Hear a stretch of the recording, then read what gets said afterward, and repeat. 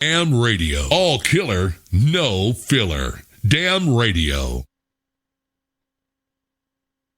Hello, good evening, and welcome. I am Samuel Trapp. This is Damn Radio and international flavor, where the news and events of the day just taste better, don't you think?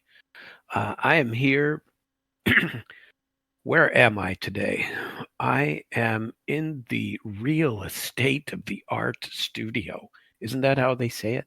Isn't that the interesting part of it all? Isn't that the way I'm supposed to begin my show? I believe it is. I want to invite you, if you feel the need, to give me a call. I have plenty to talk about and plenty to go through. But if you'd like to give a call, 573-746-8020, and I'd be happy to chat with Chuck if you have anything going on. I'm going to start today's show by talking a little bit about health. I am no longer as young and as attractive as I used to be. I'm now an old curmudgeon, fuddy-duddy, whatever you want to call them.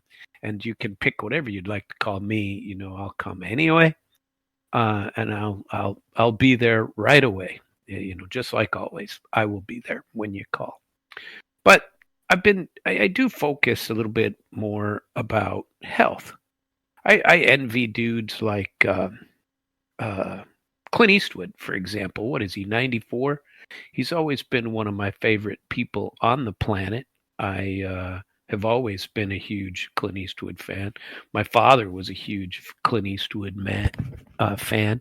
How in the world can you not be a huge Clint Eastwood fan if you like the Western? I even like the long Westerns. And he is, in my view, the king of Westerns. Now, there's always been a little bit of argument about that.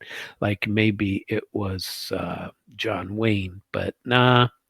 I'd say Clint Eastwood's the man, and he was always the man. And then the Dirty Harry, I really liked them too. Those were pretty good. This here's a 44 caliber handgun, and because I could use it to blow your head clean off, you got to ask yourself, punk, do you feel lucky? Do you, punk? Anyway, I'm a terrible movie person and terrible with quotes and terrible with accents. However, I very much enjoy the Clint Eastwood, and he is somebody that you might be able to review. Maybe he should write a book about how to maintain your health in older age. Of course, there are experts for that kind of thing, and I've been looking into it. And so over the last few years, I have been trying to keep track of my weight, trying to keep track of what I eat and what I don't. There was a so I go up to the VA. You know, I'm one of them VA guys, and I go up to the VA, and the VA takes care of me. You know, and I think they have people badmouth the VA, but I've had the hospital in Columbia was fantastic. What's it called? Truman. I mean, it's a little bit like the Army when you go in there, get in line, hurry up and wait, that kind of thing. That still exists a little bit. And a lot of the old timers, like me, want to just sit around and tell their war stories. And I don't even have any war stories. I wasn't involved in any conflict.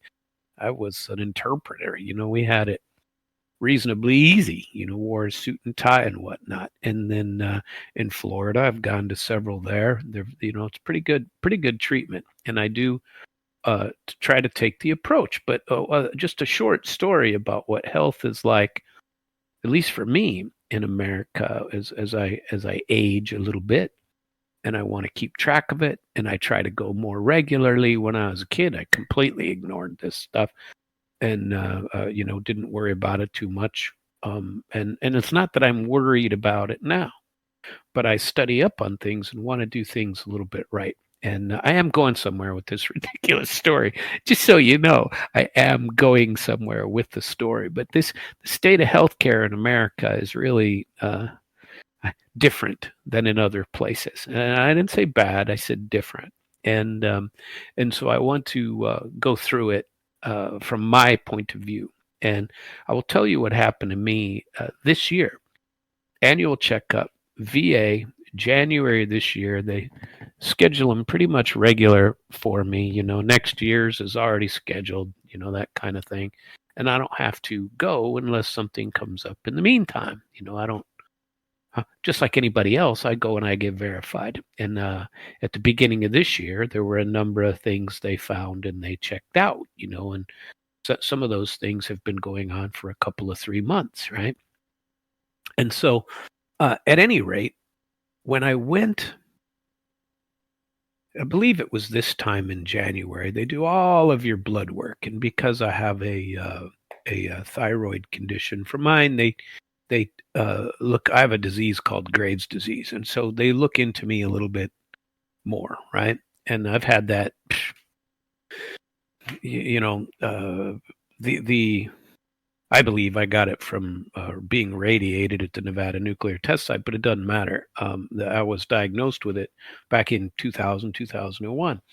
And at any rate, it requires me to get regular blood tests of all kinds, and they go through and they check them out. And one of them that I had to take revealed that my cholesterol was inching up, and they do this, I don't know, every year since I've been, I guess, early 40s, 30s, who knows? Take the blood tests every year and, check them out. And they said at this time, the lady goes, well, she just said, well, we've reviewed your blood test you came and you gave, that you gave last week, and here you go, here's a drug for you. And I was like, I'm not taking a drug. I said, what do I need this drug for? I said, why are you trying to put me on a drug? And she says, well, you take the drug, your cholesterol's up a little bit. I said, what do you mean by up? Describe for me up. What is it supposed to be, and where is it? And she outlined to me the parameters. She's a real nice lady. As we're going through it, and I said, okay, so what are the options here? I mean, I don't like taking drugs. I said, drugs, they're just different for me. I've never taken illegal drugs in my life because I was always afraid of it.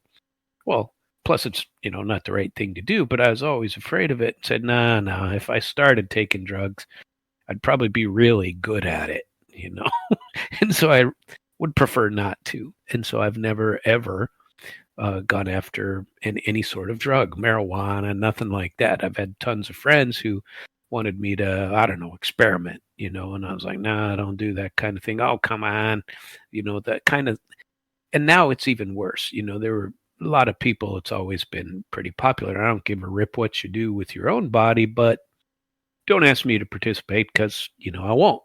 So that's how I feel about both illegal and legal drugs. It seems like if they give me a drug for something, I don't know, I've just never felt that it, I don't know, that it, I always felt like my body just didn't like it. So I've never been good at taking the drugs that were prescribed even. I'm just no good at it. Anyway, the long and ridiculous story, I tell you to say that they said my cholesterol was high. And so I got to researching it and found out, and part of this is an advertisement, I suppose, that they should sponsor me now. Somebody should. But I started researching what you can do to lower your cholesterol naturally and how you can do it, watching foods, doing things like that. And I can tell you that right now, this was back in January, and I said, look, I don't want to take a drug. Let me research what I can do on my own to reduce it. I'll study it. I'll take an approach to look into what my body should be doing and how to regulate it, because I've never really regulated it before. Never really paid attention to it. Blood pressure normal, heart rate normal, standard signs all pretty normal, but cholesterol was peaking up a little bit. And she goes, well, you're not in anything serious. And I said, well, then why are we instantly throwing drugs my way? Wouldn't it be better for me to change the way I, am eating, I suppose, rather than you instantly just dump some drugs in my lap and say, try this. And she goes, I tell you what, she goes, you do your worst for 2-3 months, but if it doesn't start to come under control, then I'm gonna, we'll revisit this the next time you come in. And she set me up for something back in March, April timeframe. So I got home. I researched it, internet's full of stuff, on what you can do to reduce your cholesterol. And I chose an approach. The approach is something called flax seed, FLAX. I'd heard of it, but I don't know what it is, what it does. And it's basically, and I have a coffee grinder, something, I grind my own coffee. And I have a grinder, so I buy this bag of, I've read up that you're better off to grind your own than you are to buy the ground, because you can, heck, at Walmart you can buy it. Most stores you can buy like a kilogram bag or a 2-pound bag or whatever of flax seed, unground. And I just order it from, I know people are going to hate me when I say this, but from Amazon, just because it's like a subscription and it just shows up, and a bag shows up once a quarter, once every 60 days, whatever it is that I order it. And then I grind it up in the coffee grinder, and I take 2 teaspoons every morning. I mix it in a glass of I still love my milk, and I mix it in a little bit of, like, a half a glass of milk. And now I do non-fat milk, and not I can't take all the all the fat in the milk, so I like it a little thinner these days, a lot thinner actually. And I will mix up this flaxseed morning and night. It's now a ritual, and I do it morning and night. And 3 months later, sure enough, I go in and my rates of cholesterol are well in normal and going down even further. And a couple of weeks ago, went back in, and now there's no concern at all. I mean, zero. And I don't say that to say, oh, gee, Sam has done the right thing, or Sam's, but I wanted to do alternatives because it's right for me. Whatever it is, it might not be right for you. You might not, I don't know, like flax seeds, but whatever it is, it's a little bit better. I say this because that is my approach to health. And as I get older, I want to, I like to go to the sauna. I like to go to the bathhouse. So there's always Russians in the bathhouses in the area I live in. And there's not a lot of Americans in there. I speak Russian in there. There's so many, it's crazy. I used to go to some banya, which is a bathhouse, Russian bathhouse here in town, that was a pretty cool place, all Russian. And kind of got distracted because there were a lot of Ukrainians there too, and everybody, since I'm the only American there. There was one other guy that I actually used to work with in the arms control business in Washington, D.C., who happens to live not far away in Florida, and his wife brought him there, and I happened to be there and got chatting with him. I knew the guy from years ago, but generally there are no Americans there, right? I met some movie mogul from New York one night there too, and he was an American with a Russian wife, and but generally no Americans. It's all Russian. It's all Russian speaking. And the guy who ran the bathhouse one night, somebody was trying to talk me into speaking about Ukraine and Russia, and that's not a good thing to do when the room is full of Russians, Ukrainians, Belarusians. You're there for entertainment, and they were trying to get me to do it, and I hadn't even said anything. And he came up and he was, kind of, hey, you can't talk on that topic. And he was targeting me. I was like, hey, I didn't, no. Anyway, I liked going to that place. I still like going, but I kind of curtailed it a little bit. I was going regular, but not anymore. Now I just go to the regular sauna whatever, YMCA or whatever other club you're going to. Anyway, I'm babbling right now, and I don't mean to tell you, but I say that because the Russians and the Ukrainians and those from Eastern Europe, especially the Russians, approach health completely differently than we do. Okay? And I've told this in part before, but never really gone into it in as much detail as I plan to today.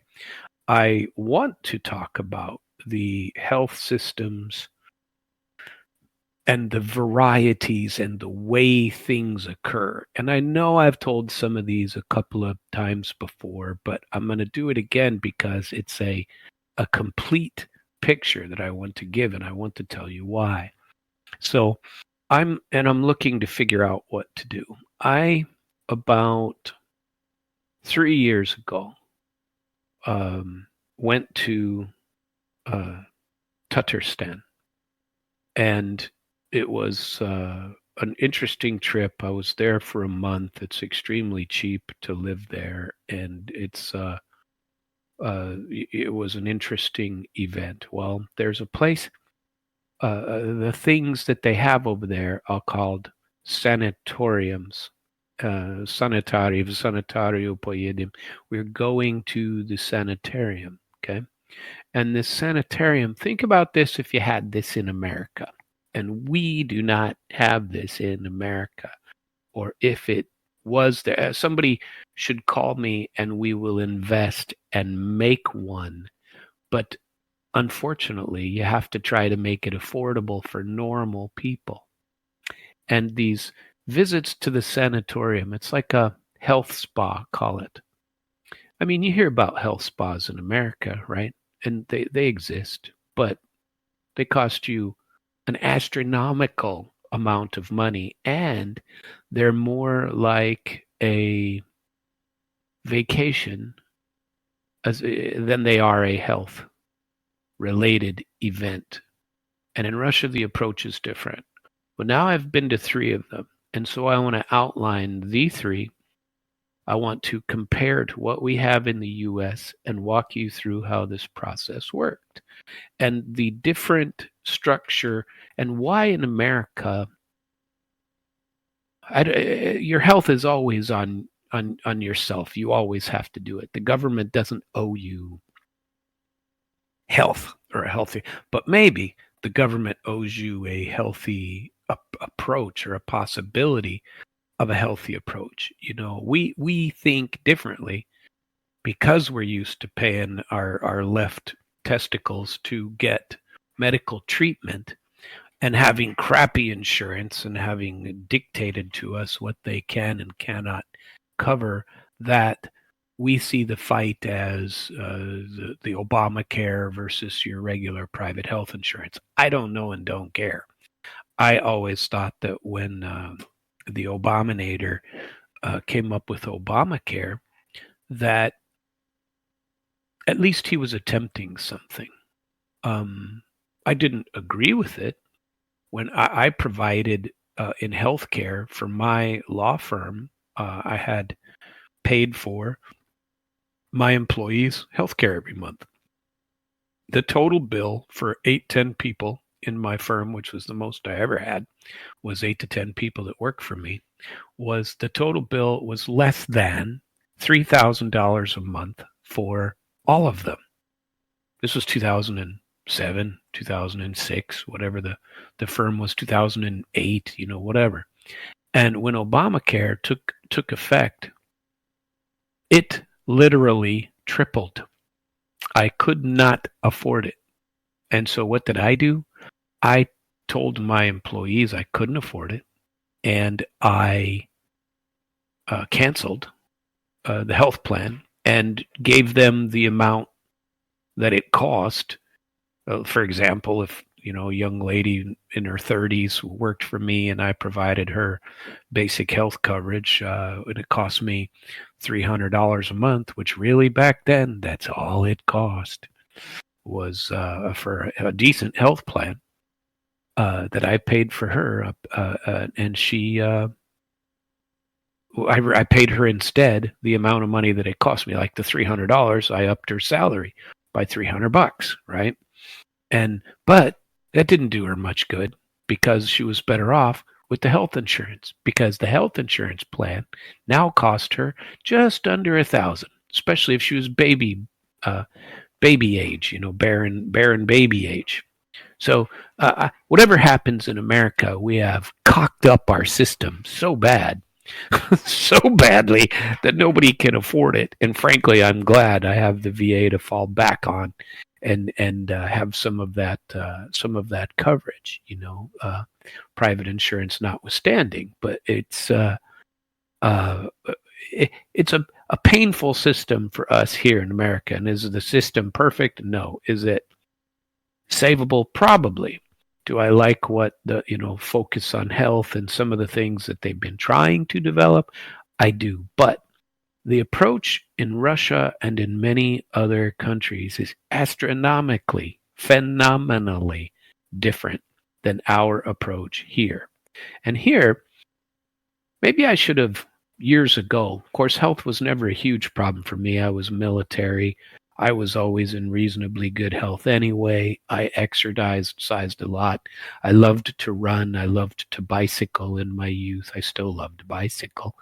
Of course, in Florida, it's a freaking death wish. You get whacked by all these drivers from all over. And at least in Missouri, there are places to bicycle that are private. You can get on the trail in Colombia and bike for miles. I got 50 miles on the trail up there. It was a lot of fun. On my 50th birthday and my 55th birthday, I did 50 miles on each of those on the trail in Colombia.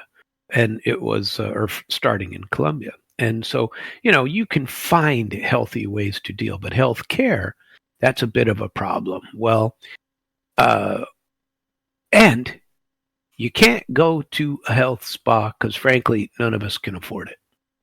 I'm going to tell you about a few in America right now, and maybe we can take up a collection for me to go to one. I'll just put a link together. What do they call that? A GoFundMe page. I will start a GoFundMe page, and all of you can pay to send me to a health spa in America. And that way I can compare them to the ones I have been to in Russia, in Mother Russia. So I have been to 3 health spas in Russia, and they call them sanatoriums. Okay, they are sanatoriums. And I'm going to go in backward order from these and tell you a little bit about each one, a little bit about the history, and a few things like that. Last year, October? I don't remember. September? I want to say September. All I know is it was cold. We even got snow one day, and it was only September when we were up there. I went to a place called the Yangantau Sanatorium, and it's in Bashkortostan, Russia. And it is built around, and this is typical, it's built around a geothermal, they call it, a burning mountain. And it has a full range of treatment. And every day you have a different schedule. And it's basically it's called balneology. If you know what balneology is, it's some of these places focus on that. Others focus on different types of treatment, like mud. But balneology is the study of the therapeutic use of bathing in natural mineral waters. Okay. It's the investigation of chemical properties of these waters, the psychological and physiological effects on the human body, and the methods of administering these bath and bathing processes for therapeutic purposes. Balneotherapy, which is a related term, of course, refers to the treatment of medical conditions using the bath. So Here in Florida, in the Americas, I don't know if you've been to places. I know there's one hot springs in that I remember in Oklahoma, and it's called Eureka Springs. I spent some time there. That was a pretty cool place. But we do have springs here in America. But balneotherapy is based upon the belief that minerals and other components in natural mineral waters have a beneficial effect on various health issues, skin diseases, arthritis, and stress. Okay. So um, I went to this place called Yangantao, and it offers a full bunch of these. They had a huge Olympic style swimming pool that was in there that was full of mineral water naturally that was pumped in there from hot underground, and it was you couldn't spend more than an hour in there. They had these therapeutic swimming routines, and you would go there to swim, and it would say don't go longer than, I don't know, 45 minutes, and then make sure you shower before you go in, you shower when you come out to get rid of the minerals that are on you. But this therapy takes that place. And each one of these places that I'm going to tell you about had something similar. I seriously thought it would be worth it to speak to a group of people from America and try to get them to do to go with me. It'd be entertaining, to say the least, and extremely interesting. But I want to tell you how the entire process works, because in America we just don't have it. Okay. And this one at Yangantao was a very nice resort, and it's several complexes in there. It's actually on a UNESCO, it's a global geopark. It's a UNESCO global geopark, has educational trails and walking, horseback riding, hiking, caving, museums. It's a resort, a real resort, and it is like I said, in a place. Well, if you don't know what a geopark is, maybe that would be something interesting. But this one is located in Salavatsky in the Republic of Bashkortostan in the Russian Federation. It's 1,774 square meters of geopark, and it has been in existence for pretty long time, pre-Soviet times. And the cultural heritage has 32 archaeological sites, which are mounds, ancient settlements, villages, and caves, which are of 9 different federal significance packages. There are caves there, which I went and saw. There are streams to go see, and there's some. It's really a pretty cool place. And the geopark is where you go and you can see these open springs. And so the important part of this, why I tell you all this, is because there are clinically backed studies, even American ones, not just Russian, but the Russians are a little bit obsessive about this, that the studies show positive effects on musculoskeletal and especially inflammatory conditions. And these types of things, especially at Yangantao, they focus on a health resort, and it's an ecotourism hub. And being a UNESCO site has been a big deal. Russia's got, I don't know, America doesn't have any UNESCO sites. Isn't that crazy? And a lot of it is funded by us. We don't have anything like this. It's crazy. And so in the history of these places, you can go back to times. This place is on TripAdvisor too, and it has a lot of good reviews, and I mean a ton of them. And it tells you where you can go, and your prices. Get this: the prices to go are, as far as Americans are concerned, nothing. Okay, to go there for a week. 10 days actually, to go for 10 days. And most Russians receive this for free from either their work or from the government, or, they'll get a stay once a year for free. But obviously I'm not a Russian. And so I have to pay. And for me, it's basically a room for two, including all food, including all medical treatment, including all procedures, bathhouses, bathing centers, urological exams, doctors everywhere. They have men's health that you go through, and all of these things. It was a full medical workup before you could even go in. They take your x-rays, they examine, stool samples, blood samples, urine samples, your blood. They examine it just like they do for my VA thing every year, and they go through it.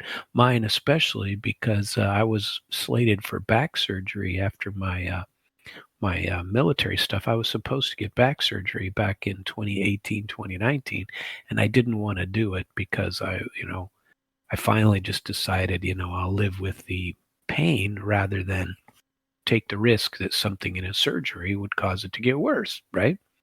But there's a different approach over there. When you tell somebody at one of these places, they say, oh my God, no, and I had several doctors in Russia tell me, oh, those American doctors are always so quick to recommend surgery.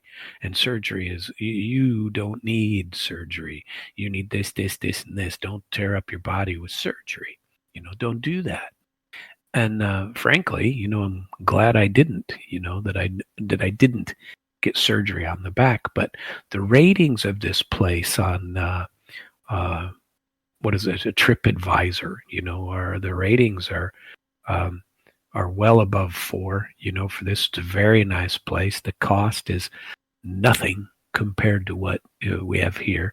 For a trip to there, you can get a flight from the U.S. for roughly $1,000 round trip.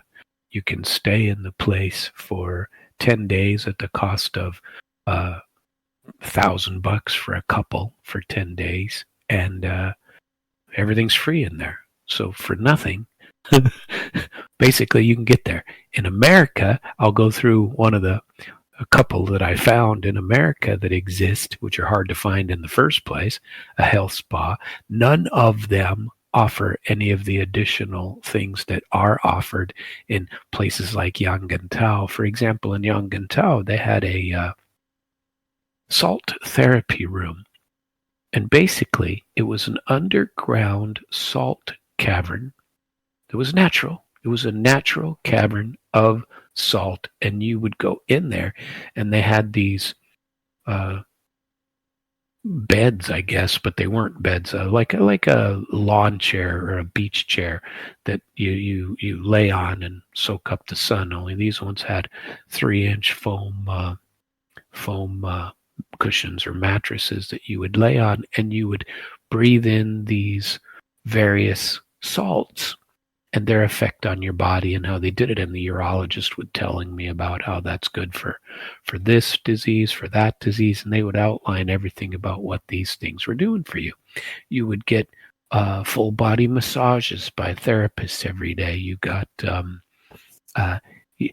hot baths, cold baths, stone treatment, muscle relaxation, bone treatments. I mean, everything. It was health. For men, they check out, if you're over 40, they check out your prostate. You have a full urology workup all the way through it, and they recommend things for you and keep track. And anyway, it was a completely different approach and something completely foreign to America. We don't have these things, or if we do, they are so extremely expensive that nobody can avail themselves of the opportunity to go. But it's something that I am glad I have done. So that one is in a unbelievably pretty place in the Ural Mountains, I believe is where it was. Yep, it's Yangantau, and they have well-kept, very nice hotels. The dining rooms, they have your food's all included, and they put on a spread that you wouldn't believe. It's tons of good food, and very healthy.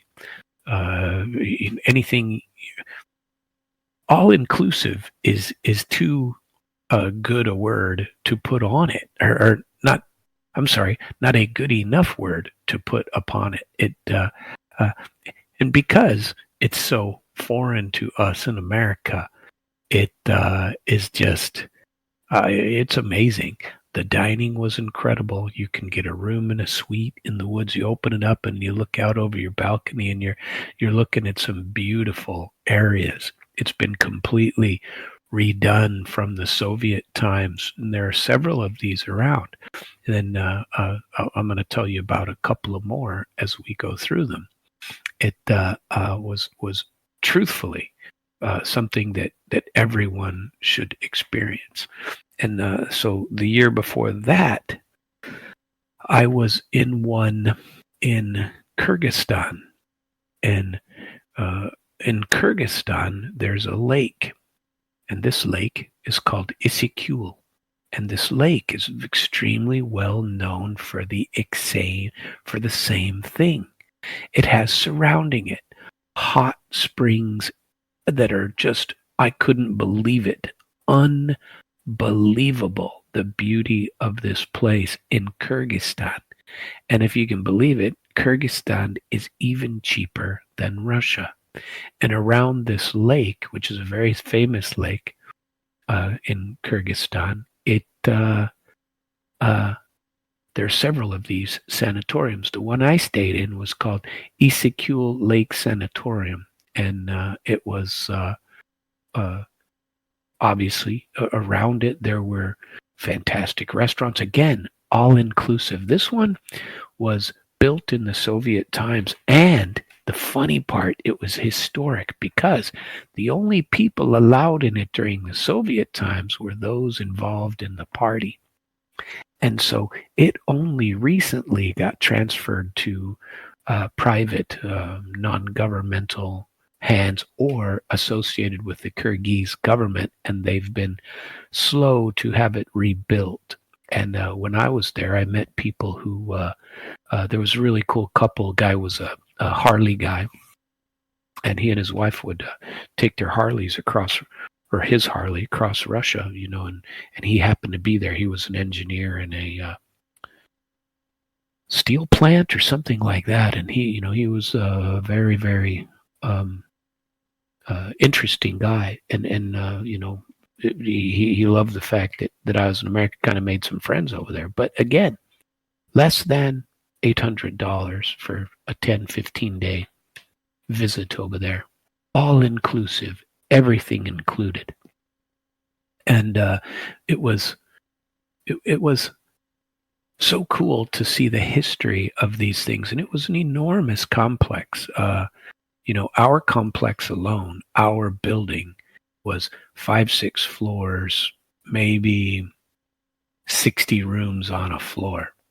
I mean, it was that big, and we were on the top, the 5th floor, and it was a fantastic view. It was aged, but they were beginning to redo a building at a time to get there. But all I could imagine was Soviet party members being in there when it was first constructed, and they had history and museums everywhere of all of that stuff. And the same sort of thing. That place was famous for the lake. And around that lake, there were 3 military bases. The Soviet Navy had a small base there, which is funny because it's not on the sea, but that's where it was a training base. And then a huge tank division happened to be located across the lake during Soviet times. So there was some history to go and review. And it was very neat. And one day took a trip all the way around this lake, took all day to go around. And the day ended about 20 minutes from where our hotel was at a hot springs. And you could get in that hot springs, and I met some Russian guys. Of course, place was full of Russian guys, and they couldn't believe that American was over there. And it was pretty funny because they were telling me I didn't know how to bathe. I didn't know what I was doing. And the water, when it came out of the ground, was so hot you could you had to be tough. And I've always been pretty good with sitting in, I enjoy a nice hot shower. And these things were, I don't want to, when I get in a hot tub, I want the temperature up as, I want the temperature extremely warm. And these Russians were teaching me they said, "Oh, you Americans, you don't even do this, do you?" I said, "No, we really don't. Why don't you teach me how this is?" And there was nobody, very few people would get in the very hot one. But I met this one guy who said that this is how you do it. And he says, you follow what I do. And we have to do this. We change our body temperatures from extreme to negative on both ends. And then we get in a regular tepid pool. And then, we go from the hot to the cold and vice versa. You've probably seen movies about this. But I said, well, you know what? I'm not going to memorize it. I'm just going to follow you and do what you do. He goes, okay, well, here's how you do it. And you start in the extremely hot one. And so what they do is the hottest water comes into this one smaller pool. And so you get into this pool that'll hold, it's like a large hot tub. You can stand up in it, you can sit in it, and the water will come up to your neck, or you can sit along the sides, and so you get in, you go under the water, it's extremely hot, and the guy says, you have to stay in here for however many minutes it was, like it wasn't very long, 3-4 minutes, I don't recall, but he says, you have to stay in the whole 3. Can you stay the whole 3? I said, yeah, I can make it.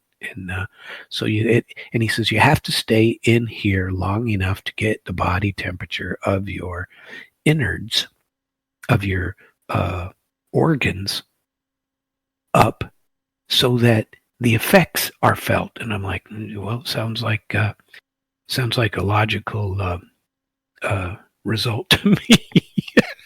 So I sat in there, and then he said, and he says, and he was checking. He had a watch, for all this, and he goes, and then it was only the two of us foolish enough to be sitting in there, and I saw only a few others that had done it, because it really was very hot water. And he says, okay, now we get out of this one, and we go straight from here into the cold one. And so on the other end, or around, it's kind of a circular deal. You get into the ones that are pretty damn cold. And you go from the cold to the hot to the medium and each one of the pools, the water would be a different sort of temperature. And then you get out and you shower and you take off the stuff, and then you do it all over again. And so the entire process of going through the 4 different temperatures of water would take you about 20 minutes, and then you'd do that. Well, I think we did it 3-4 times. Can't remember. But he said, this is how you're supposed to do it, and he was explaining to me why and the different effects of, and it would have been nice to record what he was saying, and it was all in Russian anyway, and I got exactly what he was saying, and as we were going through, but it was fantastic, and the approach of all of these people, these pools were full of people, except the very hot one. A lot of them skipped that one very hot one. It was just too hot for them. And so they didn't get into the very hot one. But I was really glad to have met that guy and go through it. And it was an extremely interesting scenario to go, and unbelievable. I mean, the opportunity to meet that particular madman on that particular day that was, very friendly, very obsessed in showing me how this is done. And he everybody always had a lot of questions. It's like I'm a minor celebrity over there. It's like, what in the world is an American doing over here checking out how Russians go through this stuff? But for them, those sorts of things are, they all accept that you have to do these things once a year. And I forgot to tell you this part about in Bashkortostan, I'm sorry, in the Yangantau region when I was there, and in the other one, each time they tell you that this is something you need to do on an annual basis, and the older you get, the more frequent. They were telling me that, truthfully, they said, I had several urologists at every one of those places. The urologist said, you're doing very well. All the tests we show, you have a small enlargement in your prostate, but nothing serious. Make sure you get your stuff done, as you grow. Keep an eye on that. But if you show up here every year, or you come back and you do these, they told me that it's the best results. They say you will notice the results of these things in 6 to 8 months. Your body will change it. And then you need to come back every 8 months to a year. And the Russians really believe this, and they all go. And I'm not saying I don't believe it. It seems reasonable to me. And I quizzed the urologist guy, and I said, "So look, are you saying that this will actually help the possibility of treating diseases or of treating anything like that?" And he said, "Absolutely." He said, "These are natural. Like I told you, they have these the process of balneo therapy is balneological treatment and balneotherapy." And maybe people already know this, and I'm telling you stuff you already know. I don't know. It's not my intent, but it was. I'm very, very glad that I did this. And Yangantao was around. The next one at Issyk-Kul had been around since times, and there are plenty of other ones around there. Okay, in Russia and Central Asia. The last one that I went to, or the very first one that I went to, but the last one that I'm going to tell you about was in a place called Bashkortostan. And that one, I suppose, is probably still my favorite, because when you get there, you are assigned a doctor. And this particular doctor that I got assigned, I just loved working with him. He was extremely impressed that there was an American there. He actually said, he goes, "I've been here 40 years." He said, "I've been a doctor at this place for 40 years. And he goes, "We had one American here 30 years ago." He goes, "But we haven't had any." In fact, he called the newspaper and had them interview me. It was pretty comical. I have my face in the paper some way over there in Russia, and they interviewed me and wanted to get my thoughts on it. And they wanted me to give a good reference for them on their, the equivalent of a Facebook page on a Yandex. Their internet isn't Google. It is Yandex. And so Yandex is how you go search. And so Yandex is like Chrome as well. The Yandex has its own, it's huge. It has its own mapping, and that's how you pay for your. Yandex is also the Uber variant over there, although Uber used to also work over there too. Quite interesting. Anyway, I liked working with this doctor over there at Bashkortostan. And Bashkortostan was opened in 1933. And this one is different than the others, that this one, there have been people treating in these health muds, because this one was all about mud and all about water therapy and all about treatments with. We got mud baths, stone baths, and they would talk about how these things were helpful to you. And he would include for me. I made sure to see him regularly. Usually, you see him 3 times or so. Once during the day, and once in the middle, and once at the end of your stay, right? But he liked to chat with me and tell me about what was going on with those. So he wanted me to come on a regular basis, and so I would sit and chat with him. The massaging was fantastic. The mud baths that you were get, I never heard of a mud bath. I mean, I heard of mud baths, but you think, geez, what kind of Hollywood nonsense is this?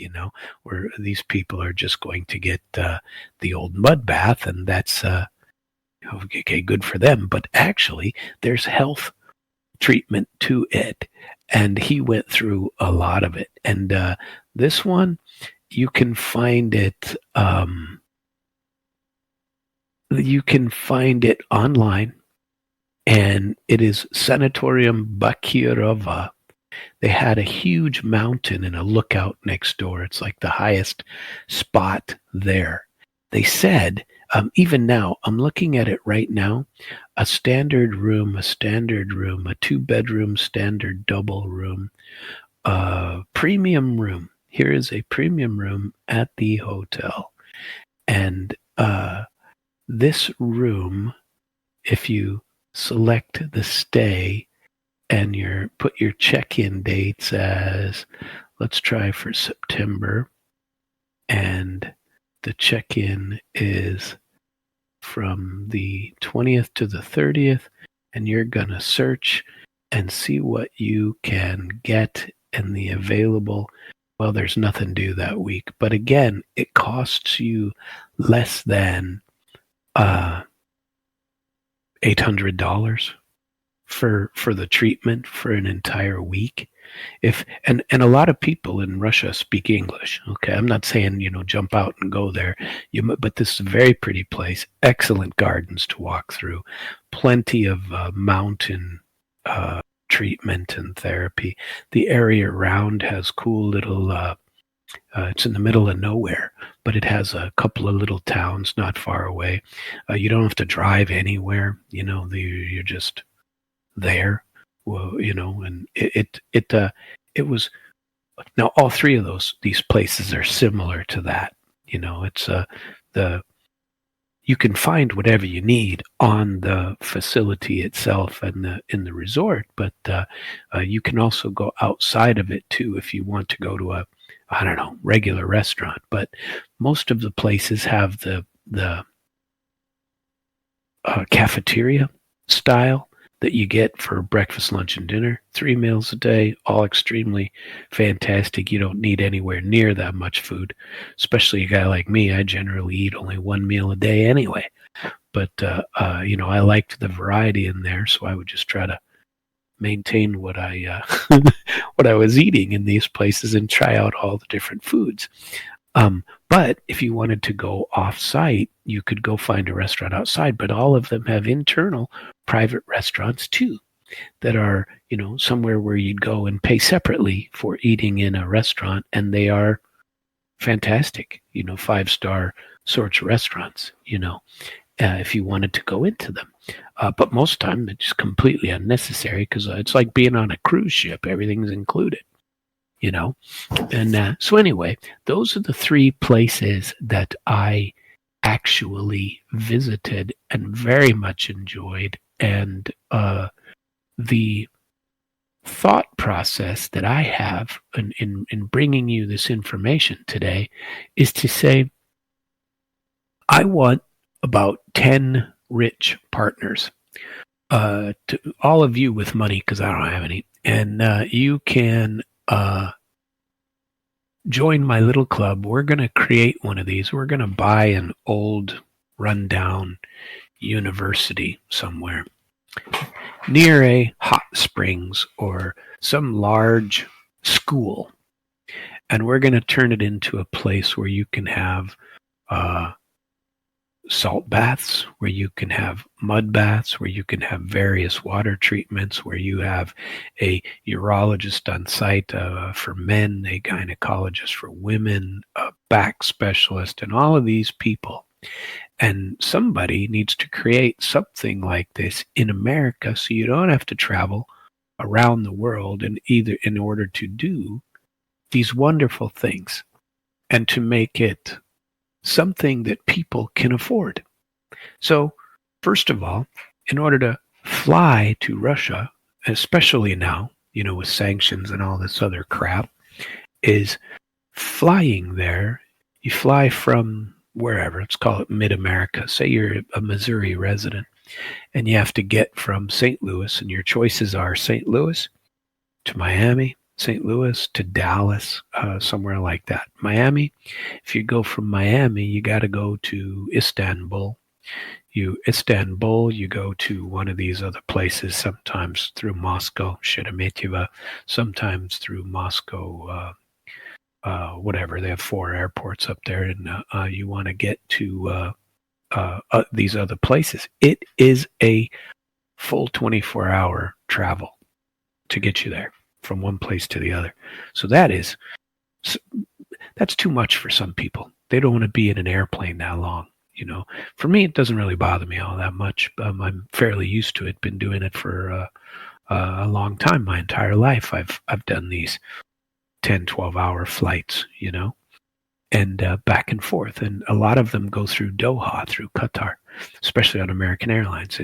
But you can't take any American. You have to take Turkish Airlines to get to Russia. It's a nightmare, trying to get there. Aeroflot's not allowed to fly anywhere, although they're better serviced than a lot of the American versions. And any of the European ones these days aren't anywhere near as good as the Arabic versions. The best airlines on the planet are Qatar Airways and the United Arab Emirates one, Emiratis Air. Those are the two best ones and have been for a while. Although there's nothing wrong with Turkish Airlines. They do very well too. And but on the American side and British Airways side, and even the what is it called? Oh, why can't I remember the German one these days? I can't remember. But those three were the ones that used to be. The German one and the British Airways used to be the best ones, and not anymore. Qatar Airways, hands down, the best. Turkish Airways is pretty damn good, though. And they take care of you on those flights, far more than an American side, and they're cheaper. So, at any rate, that was a bit of a long story. I did want to tell you some about the U.S. options, okay? So the culture, basically what these things include, think about what they actually include in every one of these sanatoriums, and there's plenty more than just these three. There's all they give you medical oversight. Everything is like either prescribed or treated or tailored to your individual health needs. Most of them have this balneotherapy, natural resources, mineral waters, various foods, everything like that. It's a heavy emphasis on natural minerals, therapeutic mud, radon baths, hot springs, these kind of things. They are all inclusive. The structured programs include lodging, meals, spa, climate therapy, physical therapy, massage therapy, manipulation, stuff like that. They're affordable and, semi-public. Some are either publicly funded or subsidized, and they're not just for the rich like they are in America. We could, you can afford it over there. Even as a normal person, it's not just the rich people that go in Russia. I met a ton of people who said, oh no, we get 10, 15 days every year from our employer. It's part of our benefit package. We get it, and we get to schedule it. I said, is it always at this resort, or can you pick your own? Well, we like this one. We've been coming to this one for, 15 years. But yeah, there's a variety. We can pick. They're affordable. They have education and culture and museums and everything like that. Geoparks. And I tried to go out and look, and I did a decent amount of research trying to find it. U.S. equivalent sites for this comparison that I'm doing for you. And, well, for me too, because I was interested. It was like, can I do this without going 24 hours on an airline somewhere to get there? Although I like the history part, and I like the speaking Russian, and I like seeing different cultures. But it'd be nice to have something that we could tell people, that we have that is extremely affordable. And I wish we had something like this. So there are, in the U.S., I was able to find a few what they call destination wellness resorts. Canyon Ranch, Miraval, and the famed Grotto Hot Springs in Oregon. Okay. They offer some sort of structured wellness package as well. Spa, nutrition, personal coaching, but at a premium price ranging from, says $500 to $1,500 per night. But The ones I've seen are far more costly than that, and they have the nightly minimums. And basically, these are luxury retreats and not public health prescription or subsidy or anything like that. No normal Joe Blow can't say, well, geez, I got this prescription to go for treatment. Unless you're a drug addict and then you're going to some drug rehab place, that's different. Maybe you'll get something like that, and it might include something like this, but you got to be a drug addict first. And since I object to drugs anyway, maybe if I became a drug addict, I could get some of this free stuff from the U.S. government. But so far, I haven't gone that route. I haven't been that desperate. But these are, like I said, they're luxury retreats. They also have, and often they turn into, instead of a health or wellness resort, they turn into a medical spa or a rehabilitation center. Somebody with cancer might get something prescribed like this, and or a rehab guy, like I was telling you before. I had clients when I was practicing law that would find these rehab places. I remember I had one guy that paid like 30 grand for a month of rehab, flew to California, went to some rehab place, but he was a rich guy. He, in order to avoid prison, he had to go take care, go do some sort of treatment, and this was a big deal. It's like your movie stars go to. And but it's only for the super wealthy. Even then, it's not like, if you get this in America, especially in Missouri, you're going to end up on the 5th floor, some ward somewhere, with you getting examined and pumped full of, you'd be Jack Nicholson in a movie, One Flew Over the Cuckoo's Nest or something like that. So those are horror stories. Sometimes the prescription-based ones are not where you want to go. But sometimes they do have prescription in America, post-surgery, physical therapy, this kind of thing. But they're usually for only the wealthy. So let's talk about the differences between Russia and the U.S. just in this regard. Russia, it's publicly funded and affordable. And I got to tell you, very professional. All three of these. The one that was probably the least physically attractive was the one in Kyrgyzstan. Not in Russia, but in Kyrgyzstan. And they didn't have the government funding, so that's only started getting redone since Soviet times, and they were behind on getting it, but it's still very professionally run, extremely large, very affordable, and lots of, it's changing. That took a long time to go from public to private, especially because Kyrgyzstan is not part of Russia, and so Russia isn't funding it.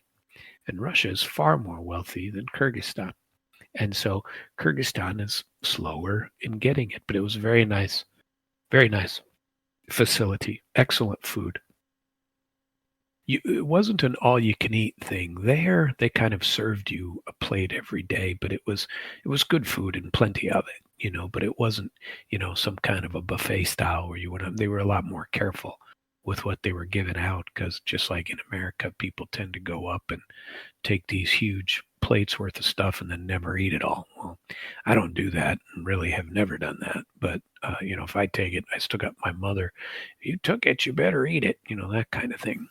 So at any rate, these key differences still, they focus in Russia on holistic and natural therapies.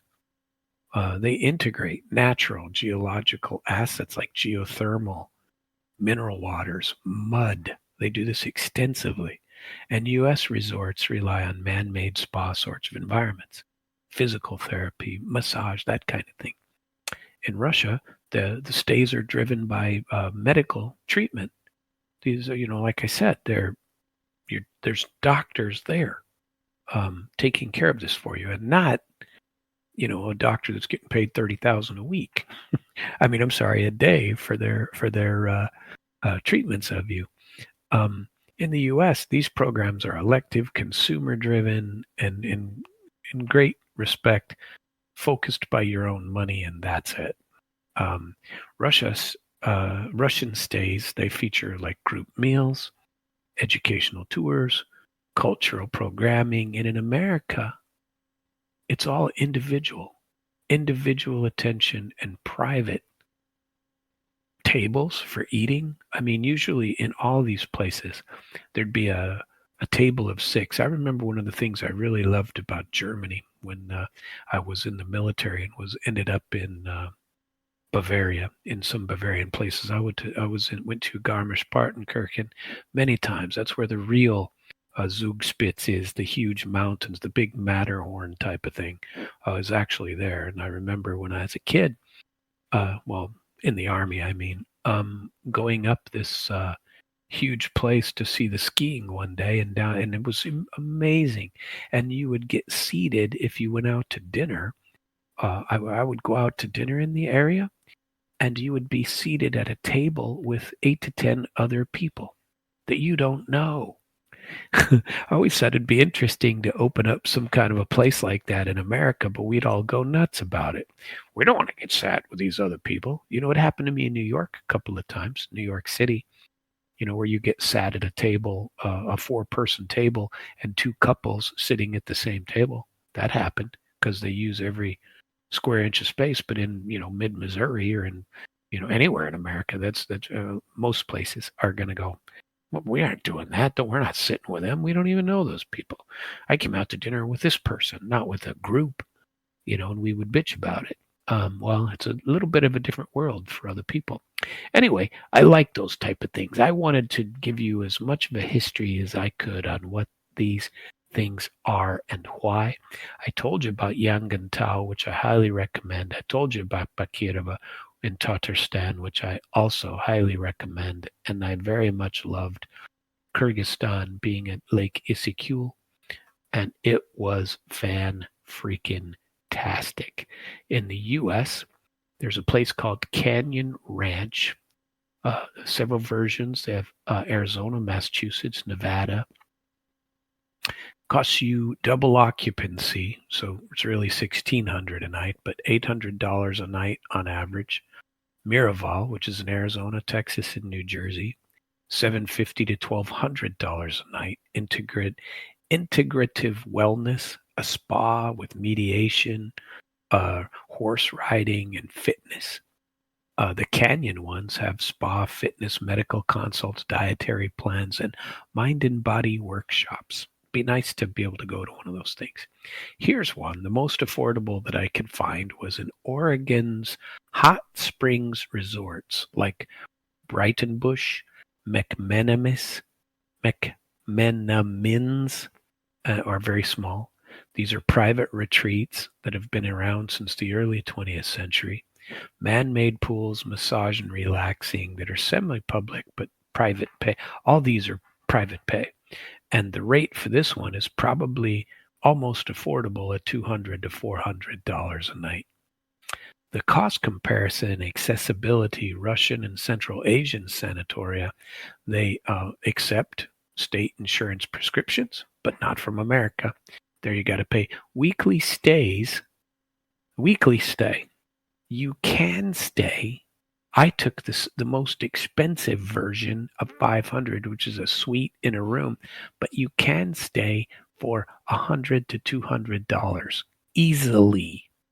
Stay for a week, and usually it's a 10 to 14 day for the full treatment. In the U.S., costs you $5,000 to $10,000 a week, even at the cheapest.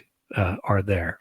There are social and cultural contrasts, obviously, but historically, Russian mud baths trace back centuries, and they have, like when I was in Kyrgyzstan and when I was in Bashkortostan, they were saying that Genghis Khan had actually been there, had used those places. There's a record of him having been there, and unbelievable to go to a place like that.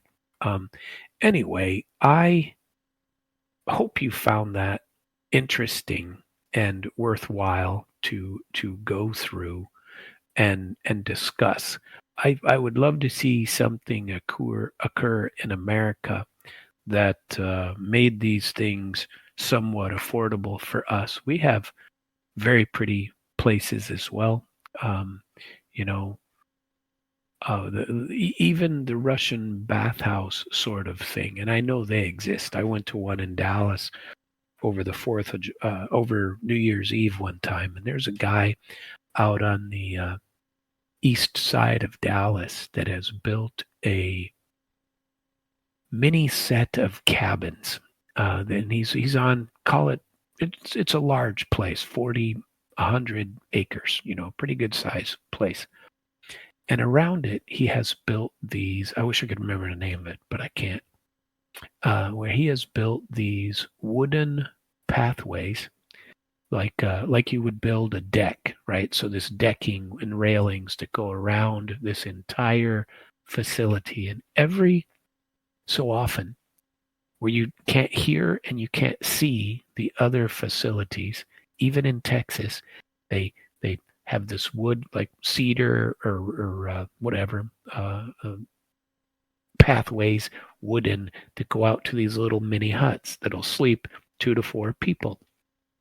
And you go out there and you rent the place for either overnight or the weekend, or even for hours you can do.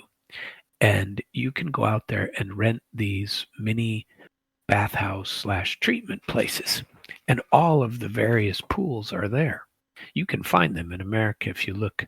They're not easy, but you can find them if you know what you're looking for. And this one in Texas had the guy had an interesting way of doing it. He would walk you out there to your little place, say, I'll be back, pick you up in, whatever, 6 hours, 4 hours, whatever it was, if you were just doing it temporary. And then there was a separate little hot tub. Inside there were the hot steam sauna, the cold, or not cold, the dry heat sauna, which doesn't yes, you still sweat in there, but it's more the dry variety. And they outline and they give you what do you call it? Instructions, basically, on what you're supposed to do and how the best way is to do it. And they give you all of these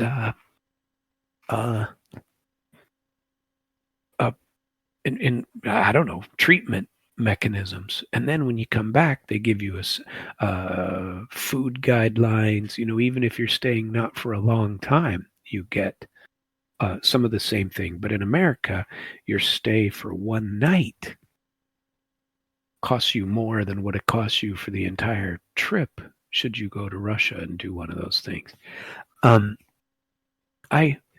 Like I said, hope you found that worthwhile to listen to and to know about.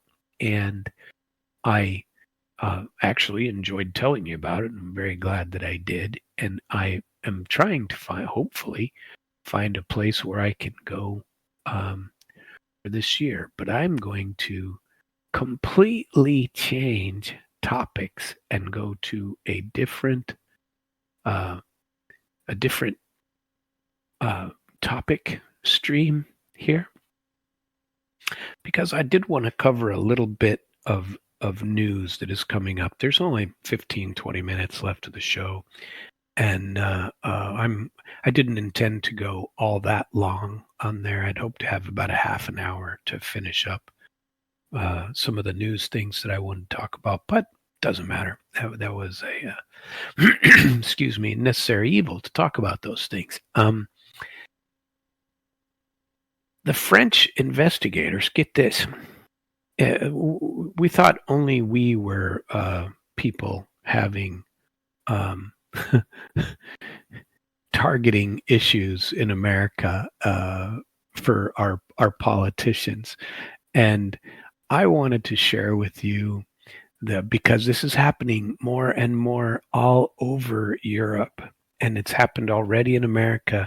Frankly, it's hard to not see it anymore, that your political parties are using the government when they're in power to destroy their enemies. And it's no different anywhere else. And I'd be negligent in my discussions of you with these topics if I didn't point out that we're not alone. So on the 9th of July, that's, today, friends and neighbors, French investigators raided the headquarters of the largest opposition party, right? This is crazy, the way this goes. And who knows what to believe? These articles, you can believe either side. Find your own information on this if you would like, but it's certainly worthwhile to know about, because you can't believe the governments that are in power, including our own. So it's the fool who believes that logic. What was that George Clooney said? Only a fool believes in something that logic can be found in the chambers of the human heart, or something like that. I don't know, whatever that quote was. I liked all the mini quotes of that movie. Maybe she was looking for answers, or I hate fire. I hate fire. Anyway, I'm sorry. French investigators raided the Paris headquarters of the right wing. It's always the right wings that are getting raided, right? National Rally Party on Wednesday. Its leader accuses the government of conducting a campaign of harassment, naturally. The early morning search targeted documents and communications related to the party's campaigning. The party is closely associated with former presidential candidate Marine Le Pen, who was barred from running in the 2027 race. They got their own scandals going on over there. The header of the party criticized search as new harassment campaign to blow up democratic principles. This display of force has only one purpose: to provide a spectacle for the news channels, to rummage through the private correspondence of the leading opposition party, to seize all of our internal documents, he wrote on X. It has nothing to do with justice and everything to do with politics. Seems to be going around. Wednesday's raids came roughly 3 months after the French court found senior figures, including Le Pen, guilty of embezzling European Union money. The ruling imposed an immediate 5-year ban from seeking public office for Le Pen, and no delay for appeal. The party has condemned the verdict as undemocratic attempt to sideline its co-founder and leader of the 2027 presidential race. Le Pen narrowly lost to Emmanuel Macron in 2022 runoff. Remember that? The Paris prosecutor's office said the search is part of an investigation into loans the rally party received from private individuals. Yeah, but they only attack one party, just like here. The party reportedly turned to private lending after being denied traditional bank financing. French campaign finance laws impose strict limits on party loans, including the maximum value and the conditions of repayment. Isn't that nuts? Investigators are reportedly searching for potential violations. So now you can go in and not have any violations. You just get to go in and search until you find some violations. Sounds very much like the Missouri bar. sounds like the way they treat people they don't like. You find some shady investigator, you can do whatever you want if you get, you make the right allegations. It's welcome to the way you destroy your political enemies or professional enemies. Rally has grown in prominence in recent years and now holds the largest single faction in France's parliament. So they're getting even more desperate, just like they did over here. During last year's elections, mainstream parties coordinated to block anti-immigration Eurosceptic party from securing enough seats to form the government. Macron has had to contend with more challenging domestic political environment since losing his own majority in 2022.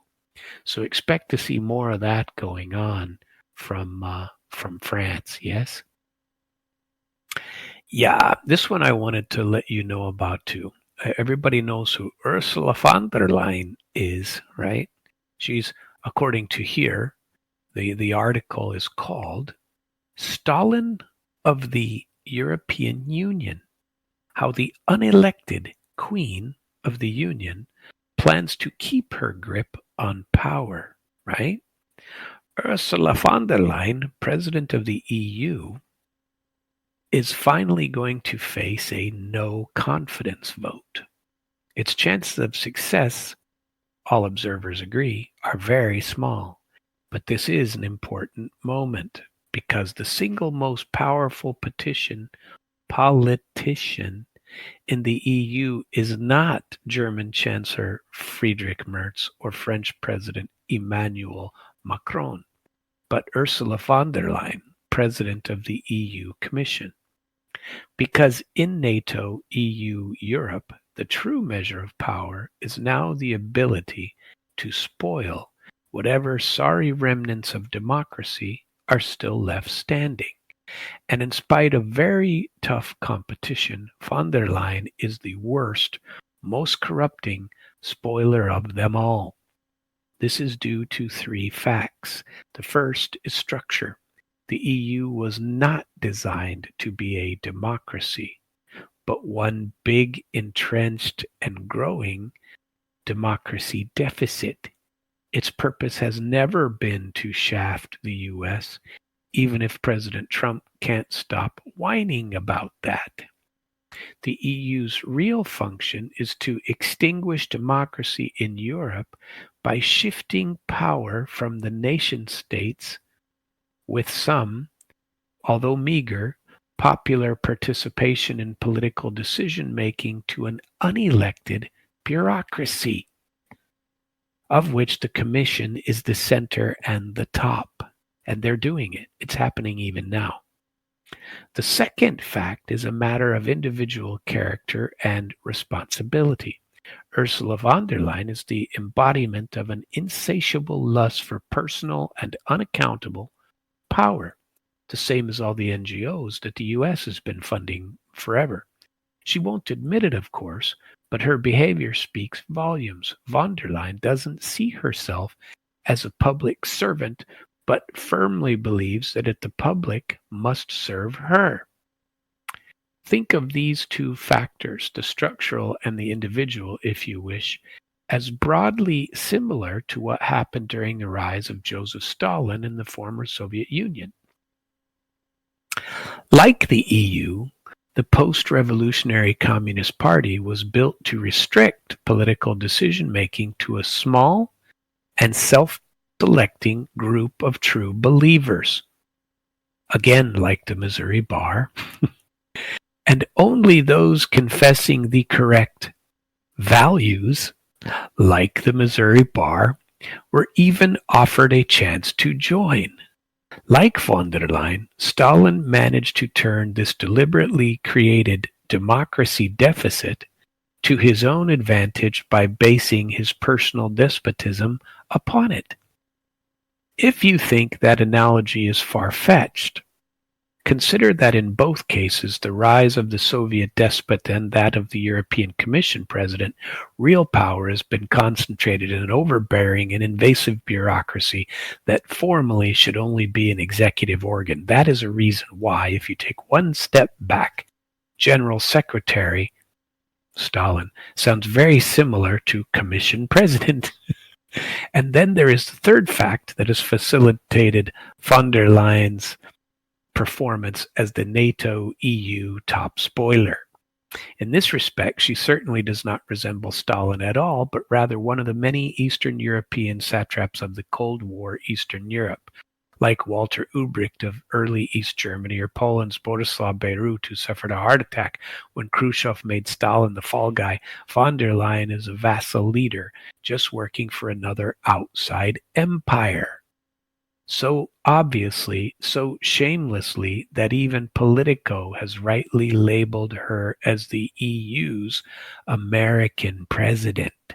The changes that her political opponents in the EU Parliament have just used to initiate the current no-confidence vote are less fundamental and still reflect stunning misbehavior and more specific as they have to be. In essence, they target von der Leyen's scandalous handling of the COVID-19 crisis, her subsequent illegal refusal to provide key information on what she and the CEO of Big Pharma company Pfizer were up to during that period in messages that were private but should not have been. Quite true. And last but not least, the weaponization of digital legislation to interfere in recent Romanian and German elections. Can you imagine the EU interfering with us? It'd be like the US interfering with elections in Texas. Gee, wonder if that happens. While all these transgressions have in common is not only that they may very well be criminal, they are also variants of the same fundamental simple ruse. The manipulation or fabrication of emergencies are then exploited, just like in America, by the way, as cover for constantly escalating abuse of power. There is one main principle of von der Leyen's power grab, and this is it. In sum, the sponsors of the no confidence vote conclude that the Commission led by Ursula von der Leyen no longer commands the confidence of Parliament to uphold principles of transparency, accountability, and good governance essential to a democratic union. They call on the Commission to resign due to repeated failures to ensure transparency and its persistent disregard for democratic oversight and rule of law within the Union. Isn't that crazy? And they are absolutely right. If the EU was a halfway lawful, honest, or sensible organization, it would be a slam dunk case of no confidence. And the Commission, with Ursula von der Leyen at its head, would fall. There is a precedent. In 1999, the entire EU Commission did resign. And without a no confidence vote, a devastating report of corruption, fraud, nepotism, and mismanagement was enough. Clearly, if anything, the EU has only regressed since then.